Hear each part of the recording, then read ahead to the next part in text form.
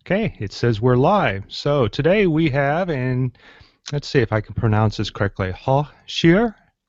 Is that correct? Hauke, Hauke. Yeah, yes. I should know my German a little bit more. And I should say Guten Morgen. Vielen Dank. Guten Abend. Ah, ja, Guten Morgen für mich und Guten Abend für dich. Exactly. Um, so what time is it there? It's 7 in the evening here in Germany. 7. Okay. And we're starting here at Pacific time at 10 o'clock, so I hope that it wasn't too late for you. Uh, No, my it's co perfect. my co-host had a client this morning and couldn't make it with us, and he wanted to do it at 3, and I said that would make it about midnight for him. That might be a little bit too late, so we decided not to go in that direction. Um, so let's go ahead and get started. Hauke, why don't you tell me what you do and where you live, and if this is your day job or if you do something else for a living. Well, my name is Hauke Scheer, and I'm a 3D modeler from Germany. I do all kinds of 3D modeling freelance work. I've worked a little bit for advertising. I did some small casual games, and I've always been an action figure collector. So a couple of years ago, I started my own business where I produce my own action figures. And with that, I looked into 3D printing to get the prototypes done more efficiently. And yeah, I discovered that's a lot of fun. And now I do lots of these action figure-like articulated prototype figures, both for my own use, but also for customers who would like to have articulated action figures of some of their characters. Yeah, that sounds really cool. I don't know if you've listened to any of our previous podcasts, but we had Aaron Thomas on, who was from, I believe he was from India, who I think he's only created one character, but it was also an excellent product. And I thought, wow, once I saw that you were doing this as well and had a dozen or more, I thought it would be great to have you on. So let's kind of go in through, you mentioned that you had some design experience in graphics design. How about engineering? Did that play a part in your life? Actually, no. I studied business administration back here in Germany. And when that was done, I wanted to do something a little bit more creative. And I went to Vancouver, to the Vancouver Film School. And there I studied 3D animation and 3D modeling. And that's basically all the background I have.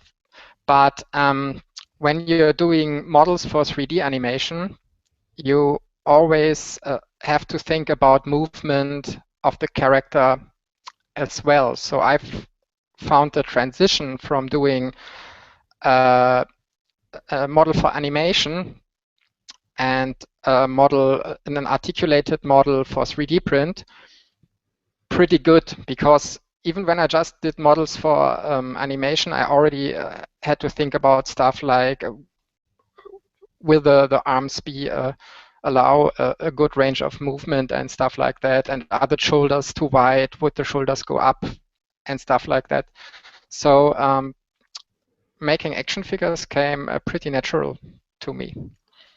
Yeah, I can imagine. And actually, well, I don't want to get off track now, but you also had a few video animations that we can talk about later. So I knew at that point that you had a computer graphics animation background. So I think that's kind of cool. And I didn't do as much animation, but I've done some 3D visualization, and that's how I got bitten by the 3D fabrication process that's now, I guess, hitting the world. It's not just America. And so we've been doing this about 9 months, and we've had a lot of different people on, and we're trying to look at what other people are doing with 3D fabrication. And obviously, I stumbled across yours and I said, wow, again, it would be great to have you on. So I noticed that in your discussion on, I guess, one of the blogs that shows your work, let's see what it is, Deviant Art, that you use, was it Soft Image? Yes, Is that's it the true? program I learned when I was in Vancouver's film school, and I used it up until 2 months ago, and then the company Autodesk, who makes that program, decided to discontinue it. So now I switched to a software called Modo, which is also great.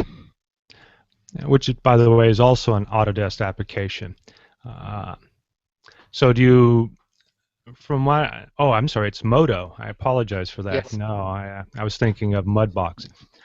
So you do like Modo? I've been looking at it yes. as well. How does it lend itself to taking what we consider 2D or 3D to screen or animation to creating tangible objects? Um, it works pretty well.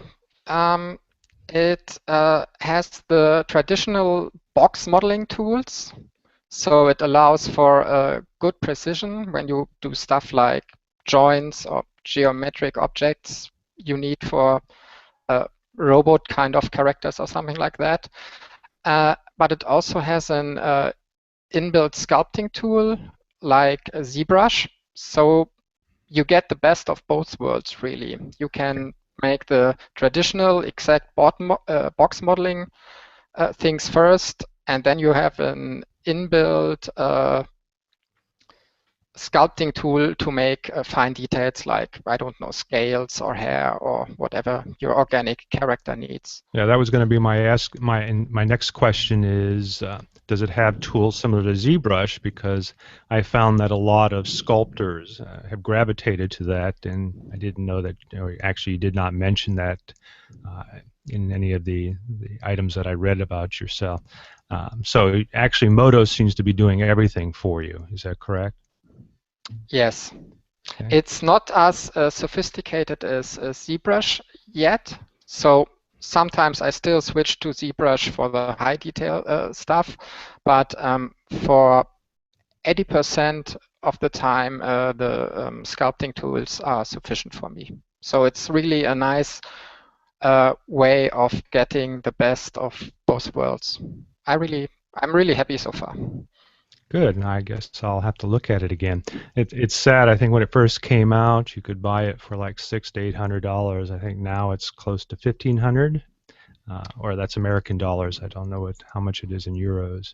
Yeah, I paid about 1,000 euros, so Yeah. I think that's about $1,500 at the moment. Yeah, I should have bought But in when I'm sorry. Go ahead. it's still cheap compared to a lot of other programs. I mean, I think Softimage was 3 or 4 times that amount of money when I bought it. Yeah, I have to agree with you. In fact, I think 3D Studio is about $3,000, and now they want you to buy the suite, which brings it up to 5,000. So yeah, you're right that it is. But there's a lot of free tools out there. I don't know if you've worked with them. Obviously, you have the more sophisticated tools, but for our audience who's just getting into this, Z or Pixelogic, who makes ZBrush, also has a product called Sculptress, which is like a baby version of ZBrush, and then Autodesk themselves has a product called Mesh Mixer. Have you worked with either of these? No, I haven't. I'm actually currently working on a model for a client who did something with sculptures and wants me to add some articulation to the model. Um, I think it's good for a beginner, but for the more sophisticated stuff, I think you would need at least ZBrush, or even better, some program that has still more traditional box modeling tools. I totally agree with you. I found that to be the case too. They just limit your range. What I found with the free tools, because we like to present that and provide some tutorials for our audience, and as well as we do a 3D user group who may not have the money to buy some of these other tools. So I find myself dabbling in these in order to move forward with it. There's another product that I've worked with. I don't know if you've heard it. It's oh gosh, now I've forgotten the name of it. Let's see. Well, I shouldn't have brought it up. I can't remember the name of it, but it's very similar. It's more of a texture base, but it also does surface deformation. So it does some of the things that Zbrush, but it excels at painting. I noticed that, and we'll kind of jump ahead here, that you print out your objects in plain plastic and then you paint them. So if you wouldn't mind, kind of go through your workflow from the actual concept. I'm assuming that you probably sketch, or do you do it, everything on the computer? Usually I start out with a very, very, very rough clay sculpt, which really looks like a clay sculpt that's done by a 3-year-old or something like that, just for me to get the overall shape of what I plan to do working. And then I immediately switch to 3D and do basically the sketch there first, and then refine the model over time and at the articulation. Then I go and export the model to STL and do some final adjustments in NetFab. I use NetFab for cleaning up the mesh and also for some Boolean operations to get the holes for the joints. That's easier done in NetFab than in Modo, I think. And well, then the model gets printed out. I print the model out in parts, so it still has to be assembled. It all fits together perfectly, so I don't have to glue anything, but it's like a model kit. I have to stick the different parts together. Then I spray paint the whole thing black, so it has a nice evenly surface. And then I start painting. I paint with acrylics. I've did a lot of miniature painting when I was young. So it's basically the techniques I learned with miniature painting, like dry brushing, that you take a very dry brush that has only very little color on it, and you go smoothly over your model, and the color sticks on the higher surfaces. Or ink washing, where you take very thin color and put it in the deeper parts of the models, and they stick there. And that gives the model a nice color variation and a nice used look, which works very good for most of my models. Yeah, and I'm assuming that the dry brushing also provides another layer of texturing as well on your models. Yes, that can sometimes be tricky because it brings out the build lines a little bit more. So the base color has to be applied a little bit thicker so that the base lines are already smoothed out a little bit, so that when I add like the dry brushing, it really only stays on the raised parts of the model that's actually raised due to my sculpting and not due to the build lines. But for the most part, it works out well. When you mention the word build lines, you're actually talking about the process of the build of the layers on the plastic component itself, correct?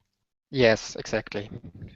Now, you mentioned that you use some Stratasys printers. In fact, I don't know if you have a Mojo or if you're sending this out, but also you've been doing some work for Stratasys themselves, and they've allowed you to, or if they printed it on an object printer. Have you printed these on more of a consumer or a hobbyist type printer as well, or have you stuck mainly with the higher end Stratasys products? I have a Mojo printer myself, so most of the stuff obviously gets printed out on my Mojo. But I think when it comes to stuff like build layers, the Mojo isn't that much better than some of the home printers. So I made models for clients that I test printed on my Mojo, and they had a home printer, and they had roughly the same results. I think the strength of the Mojo is that it's really hassle-free. So for me, I don't want to get bothered too much with the technical aspect. I just want to get my figures out. And the strength of the Mojo is that it's really user-friendly, really hassle-free. Removing supports is really easy. So that was the main reason for me to buy the Mojo. It's a very convenient printer, I find. Yeah, that's good to hear, but the Mojo is somewhat of a more expensive printer. Can you kind of give us the price that you paid for one? And I don't remember in this country, but I'm assuming that at least they're 10,000 plus dollars. Is that correct? It's something around this, yeah. Yeah. I don't remember exactly the conversion rate right now, but yeah, it's But like you said, it does allow for hassle-free printing. Our co-host Chris, who couldn't make it today, uh, also has a Stratasys, but he has a Fortis 250, which is a $50,000 printer. And his main reason for that is he wanted reliability, and plus it prints with a more durable plastic. So if you've compared it to, meaning your Mojo, with things that other people have brought in with their personal or hobbyist printer. Would you agree with this? yes. I think that's one of the reasons why people are buying the Mojo, because as I said, the sheer detail of the printout isn't much better than some of the cheaper hobby printers, but it's the reliability, and you get a constant good print that is really sturdy. And I think for my stuff, since it has a lot of small parts, uh, it has a lot of parts that have to have a certain strength because the joints have to support the weight of a limb or something like that. Um, this kind of printer is really ideal. So I'm really happy with it. Hmm. And I'm assuming that you had to buy a service package along with that. So if something went wrong with it, they would be able to come immediately out there and repair it. Well, it actually was still on warranty Oh. until a short time ago. So I haven't really thought about buying a service What was the warranty pack period, yet. if you don't mind me asking? It's just a standard German 12-month Okay. warranty period. So Well, that's like every electronic device here has about that. yeah, I think that's one of the things that they stipulated in law, I think in Europe or even in Germany, that here you'll be lucky if you even get 90 days, but I think some of the more complicated products may have a year. Uh, but yeah, it's kind of amusing the type of warranties that they provide in this country, or immediately they stick you with an extra service agreement that costs you hundreds of dollars more. Um, so let's get back to the printer itself. The Mojo is an FDM printer, correct? Yes, Okay. So when your I product think. comes out, I think it's about what, 50, 75 micron layers. Is that what you print at? Uh, I think it's a little bit thicker, but I'm Okay. not sure yet. Sorry, So I'm really not that good at this technical data. I just print the stuff out and it looks good, and then I'm happy. I'll provide a link in the show notes that identifies if people want more information. But yeah, I think it's around 75 to 100. At least it's what the Fortis is. And but like you said, it has more durable plastic, and you can provide. Now, does yours print with two components, both the plastic as well as a dissolvable support structure? Yes, that was actually one other reason why I wanted to take this kind of printer, because getting rid of the support material is very easy. And I also think that's one of the reasons why, even while the build lines are still relatively thick, you get better results, because the parts where the build lines, where the actual model connects with the support, is still smooth because you just dissolve the support, unlike some printers who have only one material, and then you have to do a lot of smoothing to get the same results. Yeah, that's true. So yeah, another great plus for this kind of printer. So I think I would never buy a printer that doesn't have at least two kind of materials, because that works really well for me. And I'm jealous again of Chris because his Fortis also does two, and I've been hobbled with printers that only do one. And as you said, you spend a lot more time cleaning up the objects, sanding, and things like that. So I'm very envious. However, two of my printers will have dual extruders in the next 6 months, so that'll be helpful. Um, so let's say now that you have your parts, you've dissolved the support structure, then I'm assuming at this particular point you do a little bit more finishing, and then at this point do you make the assembly? And when you assemble them, do they just snap together, or do you use some type of elastic bands or something in order to keep your action figures together? They snap together pretty well. Basically, I just make pegs, and the pegs just snap together, and then everything works out nicely. And once I paint them, the parts even stick together even better, because the paint obviously is like a very soft glue in this case. But you don't really need to do that. Now, because it, if I remember correctly, it is a, I want to see there, it's not a polystyrene, it is a, oh geez, brain's not working. I'm used to working with PLA, but you're using ABS plastics. So do you work with acetone as well? I've heard that people sometimes dip their product in acetone, which smooths out the ridges. Have you done that already, or have you found that not to work for you?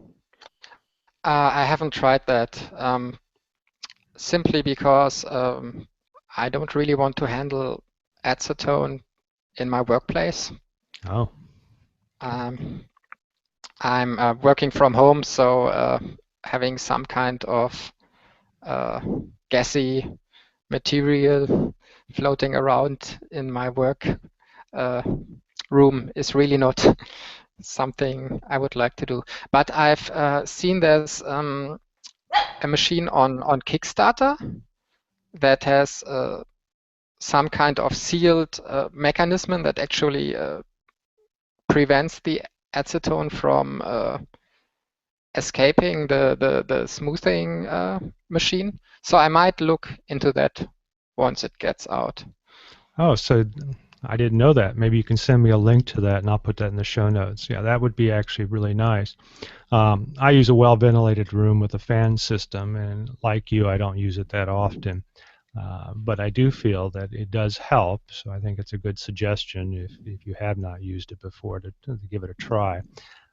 It kind of reduces the amount of time that's required in order to sand and smooth your object. Now, you mentioned that you try to stay fume free. And I don't know, maybe you mentioned this earlier, but do you use acrylic paints when you're painting, or do you use an oil-based or enamel-based paint? I use acrylic paints. Okay. As I said earlier, I started with painting miniatures for miniature games, and those usually use acrylic paints. So it's really a safe, proven method of painting figures, and there's no smell at all.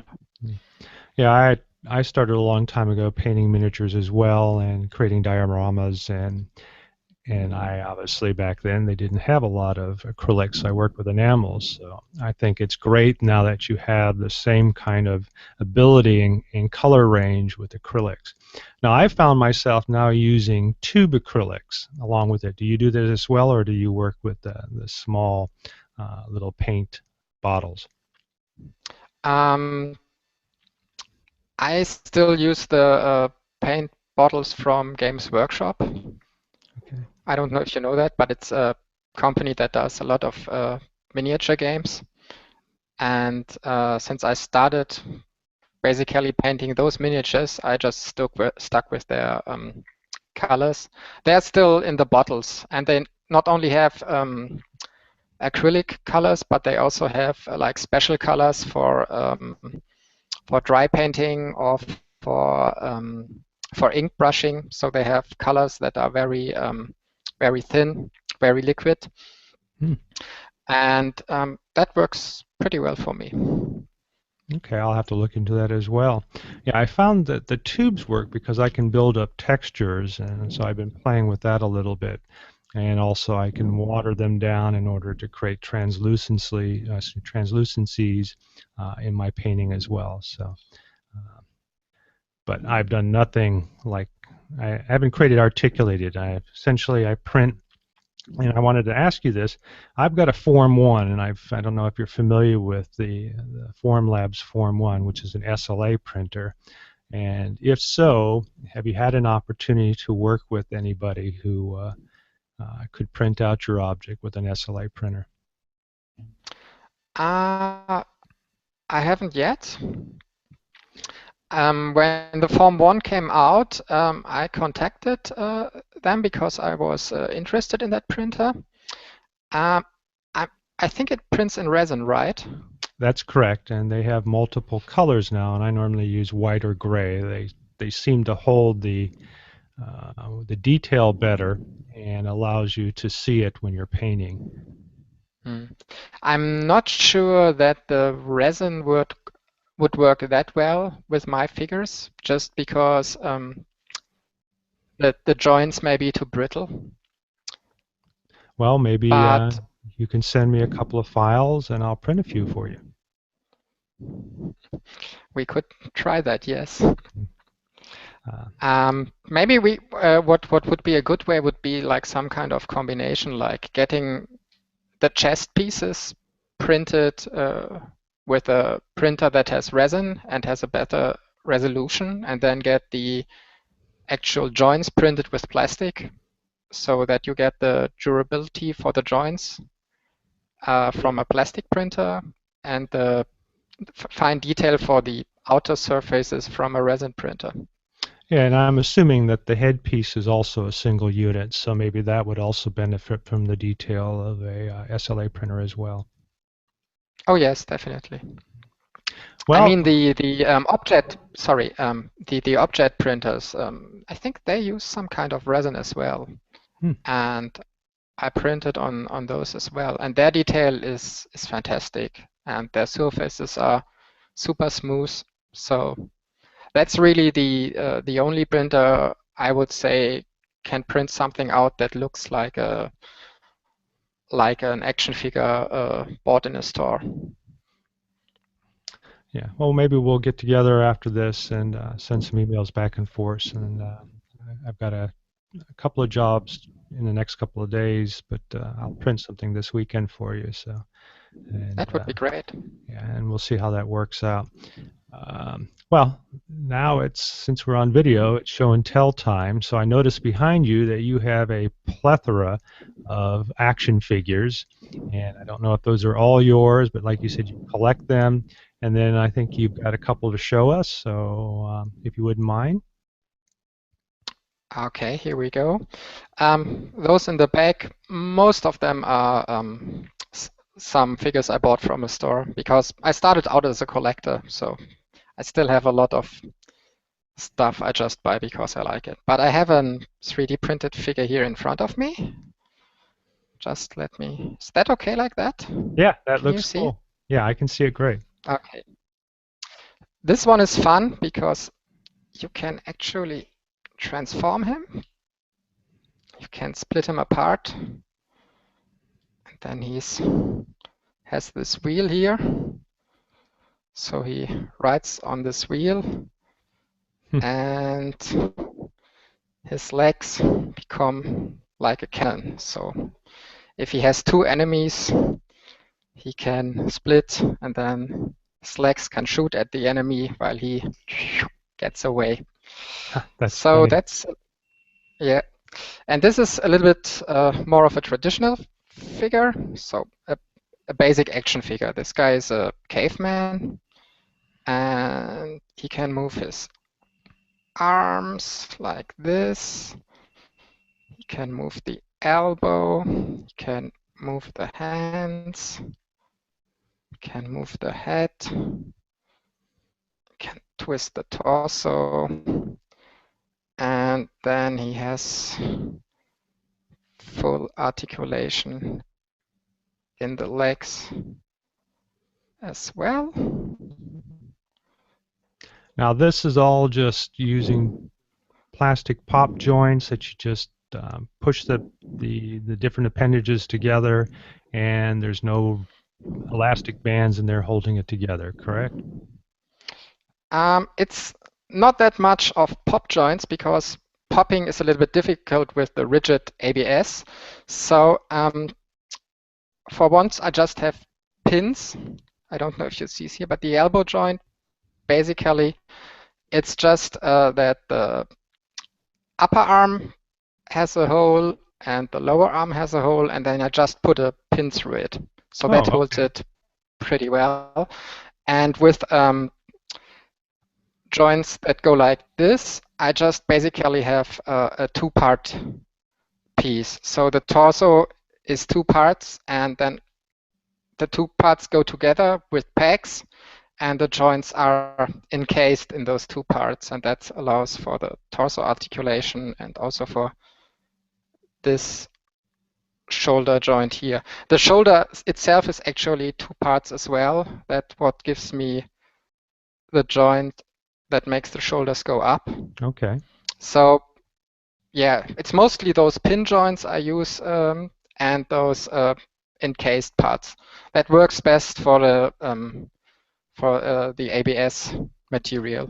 So what kind of glue do you use in order to glue the different pieces together? Like you said, it's a two-part upper arm portion. So what do you do in order to glue them together? Oh, they are not glued. That they just have pegs inside. So this part basically has a bunch of holes, and this part has a bunch of pegs sticking out. So the pegs just go in the holes, and the whole thing is held together. Oh. So really no glue is required with these. It's basically just you just have to find out how large the holes have to be in order for the parts to fit together. That's something that may vary from printer to printer because depending on the accuracy of the printer, the holes would have to be larger or smaller. So that's really the one thing. If somebody wants me to make a 3D file for him to print, I have to know for which printer it's going to be made so that I can adjust the holes, that everything holds together nicely. So we're kind of going past our 30 minutes, and obviously I have a lot of questions for you, but so essentially somebody can come to you with a design and then you can create an articulated character from that? Yes, I'm offering that at my website, hauke-scheer.de. Okay. And yeah, basically, I don't do characters from IPs the customers don't own. So I wouldn't do a Batman for you or something like that. But if you have an original character that you own and you would like to have an action figure based on that, then I can do that for you. What do you charge for something like that? That's really hard to say. It starts at around 150 euro for a very basic figure, but it can go up to 800, 900. It really depends on the level of detail of the figure itself. Like if the design has a lot of detail, I have to do a lot of sculpting. It also depends on the complexity of the articulation, of course. So I really have to make a case-by-case judgment of the price. So since you're making your own series of characters, are you making these available either through the plans, maybe on Thingiverse or something similar to that, or can they contact you to get the components, or do you just provide finished product? Well, if someone wanted a character of mine, I would print it out for him, of course. I haven't put them up on any websites yet. I'm looking into that at the moment, but the problem is that the prices would still be way too high. Like if I go to a place like Sculpteo, um, they would just charge, I don't know, 10 times what an action figure costs in a store. So I don't think people would be prepared to pay that kind of money for a figure yet. But with printer prices going down all the time, I think it's only it's a matter of time until I will make these figures available at a price I think is fair. Yeah, you might look at GrabCAD. There you can put out your actual plans and people can buy them and then they can use their own 3D printers. You mentioned using Sculpteo, but their pricing is based upon what they would print it, or you're saying the price that you would charge for your design would be about 10 times more than what you could buy one from in the store. Is that what I understood? Yes. Okay. Well, sometimes, especially if you could customize a person's head on the action figure, things like that, it might be beneficial to them. Or maybe create a what would you call it? A generic type figure, and then you could modify it with features of the individual themselves, which is kind of the direction I'm going. I've kind of invested in a lot of 3D scanning to provide that kind of capability. If you go out to my Google Plus page, you'll see a character I call Me Stark, which is not articulated, but it actually has my face on it, so I could see a market for something like that. Yeah, cool. I'll check it out later. Well, Hauke, it was great talking with you. If you wouldn't mind, why don't you give us your website again, and in an email to me, go ahead and provide that same information, and I'll put it in the show notes for this episode up on our website.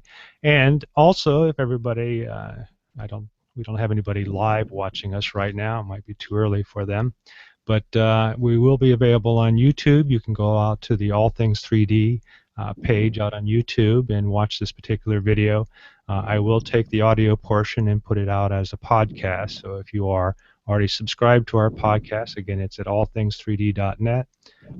You can listen to it. Obviously, you won't get an opportunity to see Haute's great 3D characters that are in the video, so you might want to jump out to YouTube as well. So again, Haute, I'm probably pronouncing that improperly again. I really appreciate you coming on, and so if you Thanks for want to, having me. yeah, and if you want to have the last word, if a person wants to get into this, I don't know, give them a tip or two, and then we'll call it the day. Thank you. Okay. Well, if someone wants to get into this, I would recommend looking at stuff that's out there already. So when you're designing a figure, just buy lots and lots of action figures to see how articulation has already been done. That's always great inspiration. Well, I already mentioned that I find that Modo is a pretty good tool for getting your models done. So I can recommend that as well. Again, for printing, don't use the cheapest printer if you want to do stuff like this, because you really need a certain amount of detail and strength the printer should be able to handle. So I would say look at least for a printer that has both ABS and PLA, so you can have a different kind of support material for your prints. Apart from that, really the sky is the limit. I mean, this is really a technology that's new, still new for most of us, and it's an exciting time. And I think if you want to start getting into it, then really now is the time when everyone is still a pioneer and everything is still fresh, and you can really make an impression on the world with what you do. Well, thank you again, Hauke. And yeah, and if you hadn't had a chance, look at my links, and I'll put one out there for a couple of your videos as well. They're kind of hilarious. So again, Thanks. and you enjoy your evening, and I'll have this posted probably within the next 2 or 3 hours on our website. So thank you. Thank you. Thanks for having me. Bye. Bye.